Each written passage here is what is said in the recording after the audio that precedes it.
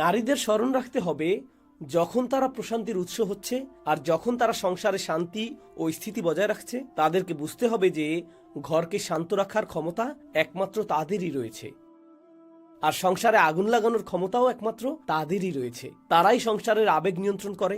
যেমন আপনি ঘরে রিমোট কন্ট্রোল দ্বারা এসির তাপমাত্রা নিয়ন্ত্রণ করে থাকেন, ঠিক তেমনি নারীরাও সংসারের আবেগের তাপমাত্রা নিয়ন্ত্রণ করে। তারাই নিয়ন্ত্রণ করে, আর তাদের এটা ঠান্ডা রাখাই উচিত, কারণ এটা স্বয়ং আল্লাহর আনুগত্যেরই একটা অংশ। এটা আল্লাহর প্রতি তাদের আনুগত্যের আগ্রহ থেকেই আসে। অতএব তাদেরকে হতে হবে প্রশান্তির উৎস। আসলে উভয়কেই দায়িত্ব পালন করতে হবে, কারণ পুরুষরা তাদের দেখাশোনা করছে আর বিনিময়ে নারীরা শান্ত থাকছে। আমরা জানি কিছু মানুষের ক্ষেত্রে মানসিক নির্যাতনমূলক সম্পর্কের ক্ষেত্রে কি ঘটে। একজন অনবরত বলতে থাকে, শান্ত হও, শান্ত হও, ঠিক আছে, ঠিক আছে, প্লিজ রাগ করো না। আর যত বেশি আপনি এটা বলেন, না আমার সাথে কথা বলবে না, আমাকে একা থাকতে দাও, ইত্যাদি ইত্যাদি, তো একজনকে রেগে থাকতেই হবে।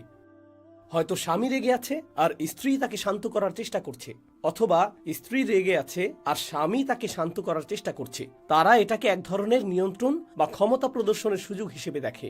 যেমন, এবার তাকে পেয়েছি, আমি যদি এখনই শান্ত হয়ে যাই তাহলে তো তেমন পয়েন্ট পাবো না, এই সুযোগে আরো কিছুটা সুবিধা নেওয়া যাক, তাই আমি রাগের এই নাটকটা চালিয়েই যাব, দেখি এটাকে কত দূর পর্যন্ত টানা যায়।